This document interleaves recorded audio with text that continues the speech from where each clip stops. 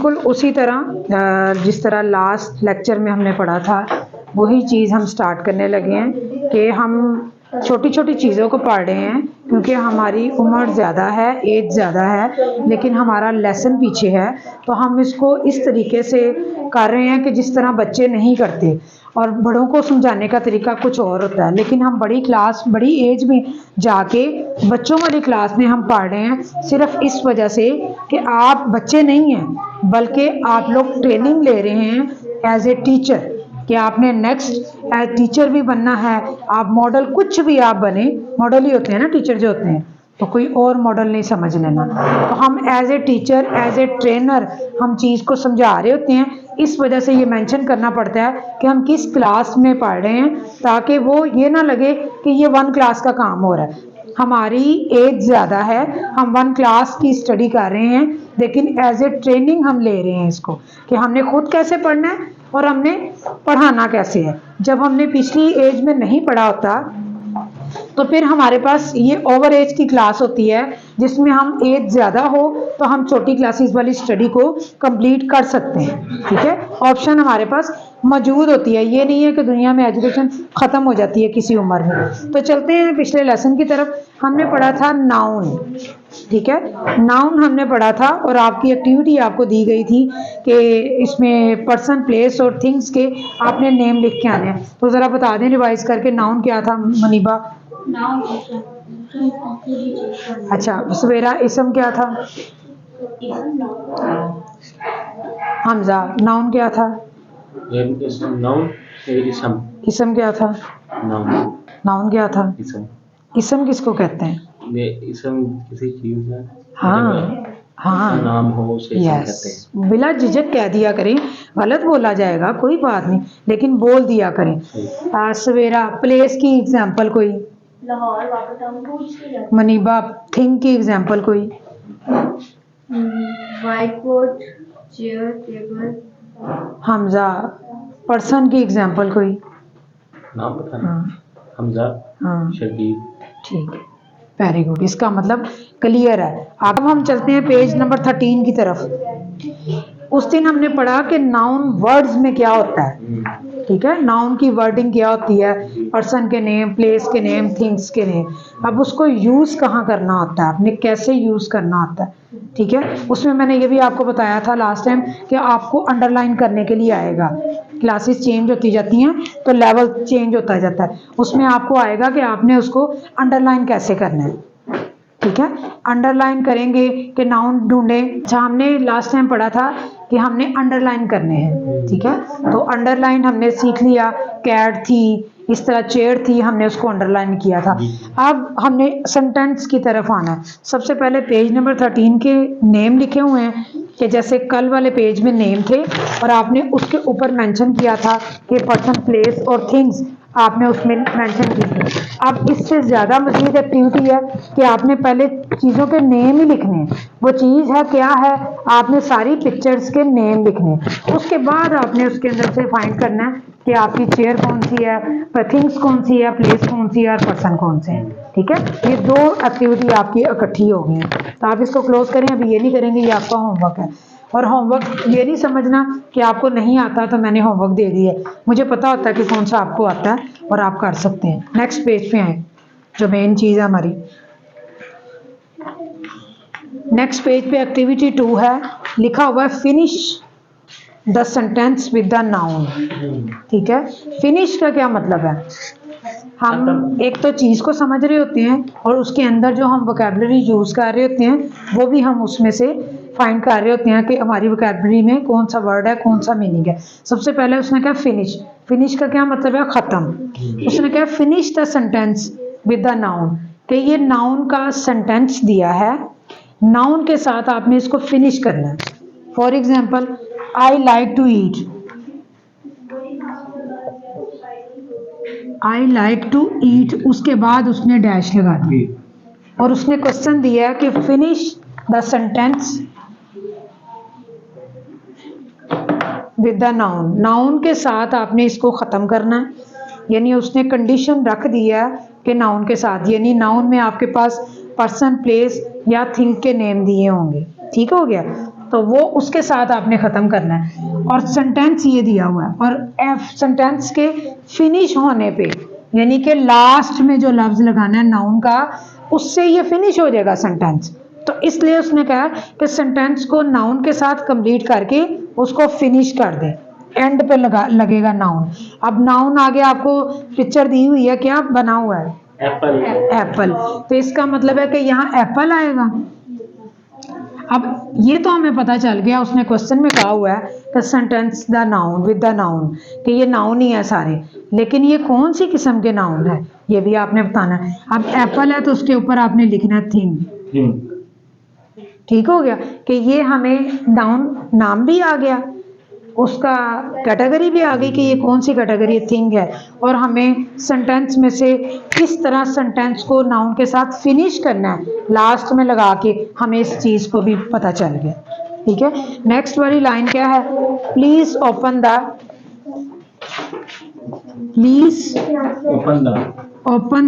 Dash. ठीक हो गया।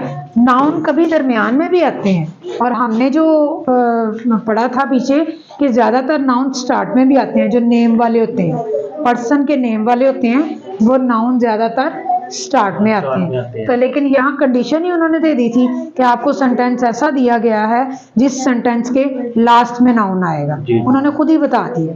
ठीक है, अगर वो नहीं बताता कि फिनिश द सेंटेंस, सिर्फ वो आपको ये कहता है complete the sentence with the noun, आप क्वेश्चन वो चेंज कर देता है,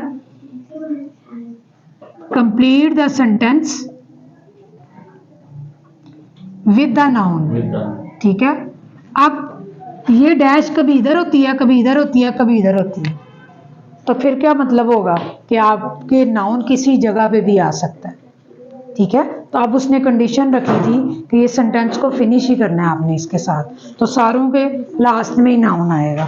ठीक है, अब इसके आगे क्या बना हुआ है? प्लीज ओपन द डोर बना हुआ है, भी थिंग है, ये आपने लिख दिया, ये नेम आ गया और ये उसकी कैटेगरी आ गई। अब पूरे सेंटेंस में पढ़ती हूँ ये आपने अभी फिल करना है। आपने सेंटेंस के अंदर लिख रहे हैं तो सारे स्मॉल लेटर यूज करने हैं आपने। हाँ जी, ये ऊपर लिखना है जैसे मैंने लिखे। थर्ड सेंटेंस है शी लाइक्स रेड डैश, क्या होगा? अब पहले पढ़ लें बाद में लिखें। फ्रॉग। आगे पढ़ें। अली हैज अ, बुक पे देखें, Ali has a fat dash, क्या है? ठीक है। Sara is drinking orange dash, juice. Savera, that is a beautiful dash ring. This is my father's dash, we are going to dash, we are going to dash, हम किसी जगह पे जा रहे हैं, जू आ जाएगा। अब लिखें FROCK, यही था, ये लिखा है मैंने। अच्छा ठीक हो। इसके ऊपर नेम लिखने हैं किस कैटेगरी के हैं जी? हाँ जी, जूस थी। सोचें जरा। हाँ जी, वेरी गुड, इनके दो रह गए। नेक्स्ट एक और पेज छोड़ के आगे पेज नंबर 16 पे आ गए। तो एक जैसी एक्टिविटी है ना, वो एक साथ करवानी होती है। मैं चाहती हूँ आज ये वाला टॉपिक क्लोज हो जाए। ठीक हो गया। अब एक पेज छोड़ के नेक्स्ट 16 पे चले जाएं और क्वेश्चन पढ़ें। एक्टिविटी नंबर 4 है choose the appropriate words for the blanks given below. ये आपको क्वेश्चन पढ़ने आने चाहिए, बुक खोल के रखो। चूज द अप्रोप्रिएट, चूज का मतलब चुनना, अप्रोप्रिएट का मतलब है मुनासिब। आप कोई भी ऐसा मुनासिब जो आपको सही लगे। Words for the blanks given below, जिसको हम खाली डैश बोलते हैं ना, बेसिकली वो ब्लैंक होती है। दो नाम है उसके, जो खाली, जैसे हमने ये डोर की अंडरलाइन किया हुआ था, तो ये खाली छोड़ा होता है, इसको कहते हैं ब्लैंक्स। ठीक है, डैश भी बोलते हैं और ब्लैंक्स भी बोलते हैं। ठीक है, ब्लैंक्स गिवन बिलो, दिए हुए हैं, बिलो नीचे, मेरे सवाल के नीचे जो आपने पढ़ने हैं। फिर से सेंटेंस पढ़ लेते हैं। अब जैसे मैंने आपको कहा कि सेंटेंस में नाउन यहाँ भी आ सकता है, यहाँ भी आ सकता है, यहाँ भी। आपको पहचान जब हो जाती है तो आप ढूंढ लेते हैं, उसको तलाश कर लेते हैं। अब उसने कहा कि सेंटेंस में से आप तलाश करें कि नाउन किधर दिया हुआ है। ठीक है, he wants to eat an. ठीक है, अब आगे उसने दो नाउन दिए हुए हैं। उसने कहा कि सेंटेंस, तो आपने इसमें से वो तलाश करना है नाउन, और दूसरा आपने तलाश करना है कि अब मैं आप कहूँ कि मैं खाना खा रही हूँ, और मैं कहूँ कि कोई अजीब सी चीज़ का नाम ले लें, गिलास का, कुछ इस तरह का, मैं वो खा रही हूँ, तो क्या वो सेंटेंस करेक्ट होगा?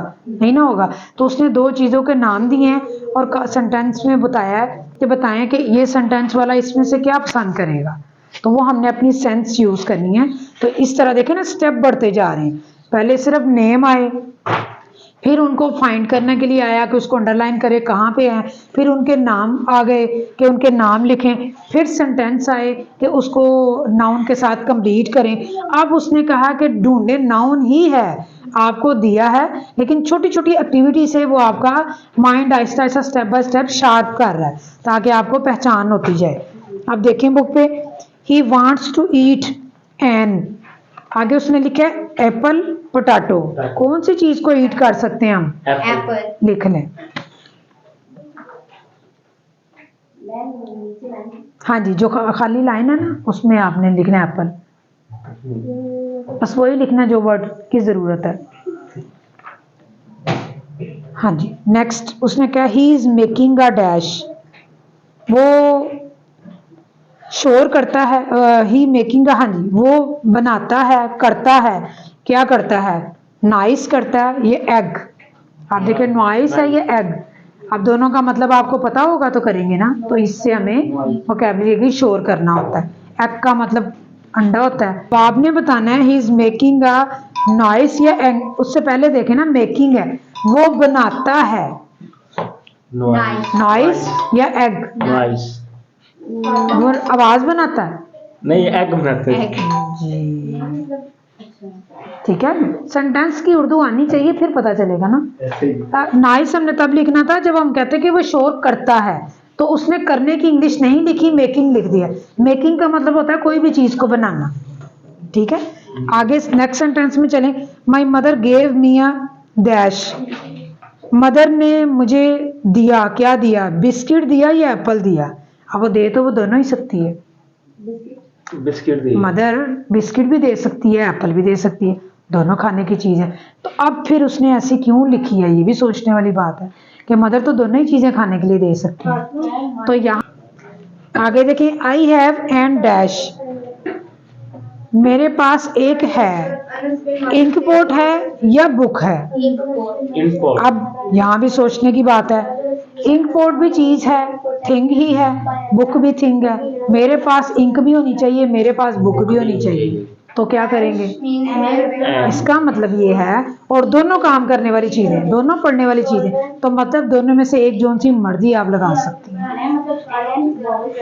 हाँ जी, एन वॉवल का वर्ड है।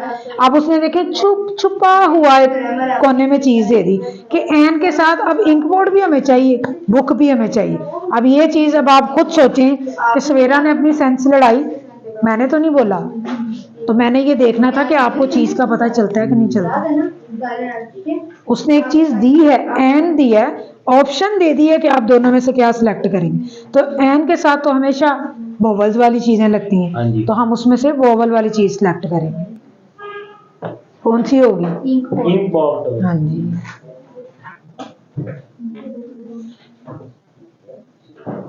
अच्छा, ऊपर वाले सेंटेंस की तरफ आए। My mother gave me a biscuit, तब भी आपने देखा कि उन्होंने 3-4 चीजें आपको अंदर छुपी हुई दे दी हैं, आप उसको किसी तरह भी ज़हन में रख सकते हैं। एक तो मदर ने आपको इम्पोर्टेंट चीज दी, दूसरा उसने आ की कंडीशन दे दी है, तो आ के साथ आपका एप्पल लगेगा या बिस्किट लगेगा? एप्पल। बिस्किट। हाँ जी, क्योंकि वो वॉवल था ना एप्पल का, आ, तो हाँ ये चीज। अब इस चीज को, अब वो कितने डीपली सेंटेंस आपको करवा रहा है, वो इसलिए करवा रहा है कि जब आप बुक पे पढ़ें तो वोवल इसको नाउन को इस तरह नहीं पढ़ना आपने। जी जी, एप्पल लगेगा नहीं फिर एप्पल के साथ एन होना जरूरी है ना, इसलिए बिस्किट रखे। इसको आपने ये देखना है कि आपने सेंटेंस में से कितनी चीजें लर्न कर रहे हैं। आप लास्ट वाले सेंटेंस को कंप्लीट करना, आप चीज़ों के नाम वोकेबलरी इंप्रूव करना, सेंटेंस का मतलब क्या है उसकी सेंस समझ रहे हैं आप। फिर आपके अब ये आ और एन का तो जिक्र ऊपर नहीं हुआ, तो टीचर ने भी नहीं बताना कि बेटे इसको वोवल भी आपने ज़हन में देखने हैं, नहीं बताएंगे क्योंकि ये वोवल का चैप्टर नहीं है। तो जो कि पढ़ लिया हुआ है आपने, तो जब आपने सेंटेंस मुख्तलिफ किस्म के आएंगे तो उस सेंटेंस के अंदर हर चीज को चेक करके अपनी चीज को अंडरलाइन करना है। बड़ी क्लास में आपके पेपर होते हैं, यही नाउन उस क्लास में भी आता है, मैट्रिक में भी, 8th क्लास में, FA में, BA में। क्या होगा, इसी तरह ऑब्जेक्टिव आपका पेपर होगा, आप 2 मिनट में डैश लगा लेते हैं और उस क्लास में आप रिमूव करके दोबारा नहीं लिख सकते।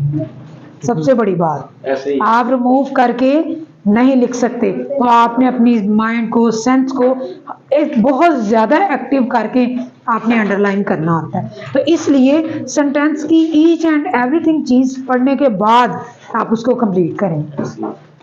नेक्स्ट सेंटेंस देखें, इंक पोर्ट के नीचे वाला, ही सा अ डैश।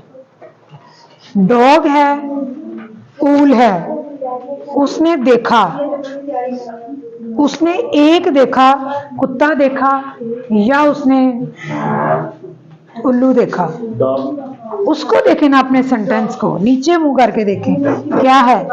अब डॉग क्यों आया है, मुनीबा बताए। देख दोनों ही चीजें देख सकता है वो। क्योंकि ये वोवल का लेटर नहीं है। हमजा क्यों डॉग लिखना है। ये वो निकाल आप अपने ना, अब एक बार पढ़ने के बाद हम निशान लगाएंगे, अभी नहीं। ये जो आ वगैरह लिखा हुआ है ना, आपने इसको यूं सर्कल कर लेना है, आ और एन को जितने ऊपर पढ़े हैं उनको कर लें, नीचे वाले नहीं करने आपने, ताकि आपको याद रहे कि मैंने इनको देखना है। हो गया इनका। शाबाश, ठीक। ही सा अ डैश, डॉग लिखा था, क्यों आना था डॉग, क्योंकि ये वोवल नहीं था इसलिए। नेक्स्ट सेंटेंस पे आ जाएं, this is an dash jacket. ये एक डैश जैकेट है, किस किस्म की है, वो उसने आगे लिखा है ओल्ड न्यू। आप देखें अब सेंटेंस के दरमियान में आ गया, ठीक है, अंडरलाइन जो है। तो नई भी है, नई है और पुरानी है। अब जैकेट तो नई भी हो सकती है और पुरानी भी हो सकती है। सा एंड डैश, हमने एक देखा, बस देखी और एरोप्लेन देखा। अब आपने क्या देखा है, एरोप्लेन क्यों हमजा एरोप्लेन देखा हमने, क्यों देखा एरोप्लेन, बस भी तो देखी जा सकती है। नीचे गौर से सेंटेंस को देखें और आंसर दें, क्यों एरोप्लेन देखा हमने। ये वो नीचे देखें ना, सेंटेंस को देखें, जिस पीछे वाले वो सा एन, इसको देखें कि क्यों एरोप्लेन देखा, क्यों एरोप्लेन लगाया हमने, क्यों एरोप्लेन लगाया हमने। हाँ जी सवेरा, क्यों एरोप्लेन लगाया। वोवल का वर्ड जी, वोवल का वर्ड था क्योंकि एन लगा हुआ था। अगर इतनी अहम चीजें आप नहीं याद रखेंगे तो बहुत बुरा हो जाएगा। एन को भी सर्कल कर लें और आगे एरोप्लेन लिख लें। अच्छा, अब नेक्स्ट सेंटेंस पे आ जाए, this is an dash jacket. अच्छा, दिस इज एन, मैंने ये पढ़ा था कि ये एक डैश जैकेट है, आगे लिखा हुआ ओल्ड और न्यू, पुरानी है और नई है।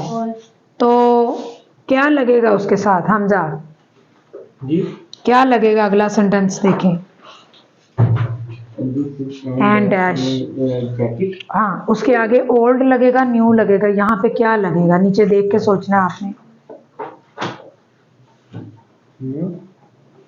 क्यों न्यू लगेगा, और अगर ओल्ड है तो क्यों ओल्ड लगेगा, ऑब्जेक्शन बतानी है आपने। जैसे ये वावल कहाँ है बाबल, अंडरलाइन करके बताना।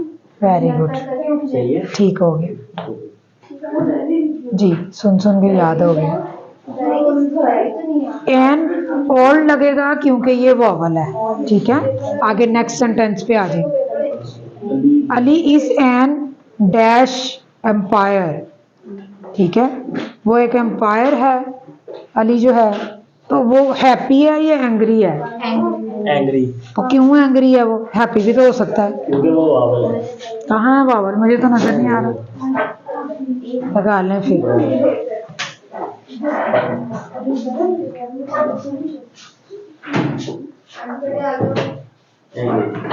मुदस्सिर, आज इस टेबल को वो लास्ट में लगा देना। आगे next step, parrot is a dash bird. ऐसे नहीं करें, अपने साथ बुला के किसी को करना। Parrot is a dash bird. Parrot एक डैश बर्ड है। आगे लिखा हुआ है अगली और ब्यूटीफुल। अगली का मतलब है भद्दा, गंदा है, और ब्यूटीफुल का मतलब है खूबसूरत। तो क्या लगेगा? ब्यूटीफुल। एक मिनट हमजा, क्यों ब्यूटीफुल लगेगा? क्योंकि ये वो है वावल। नहीं है? अच्छा, तो अगली वावल के साथ आएगा। जी, अगली, अगर अगली हो तो वो वावल के साथ आएगा। क्या उसमें वावल वाला ऐसा लफ्ज है अगली के अंदर? इसके अंदर ऐसा क्या लफ्ज है जिससे पता चलता है कि ये वावल के साथ लगेगा?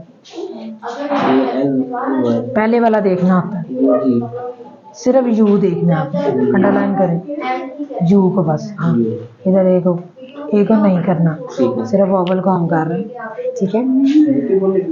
हाँ जी, ब्यूटीफुल लिखना है। और अच्छी सी तैयारी करके आना है। आजू फरहान। नेक्स्ट सेंटेंस है सारा हैज मेड एंड डैश। सारा एक बना चुकी है पिक्चर एल्बम। एल्बम।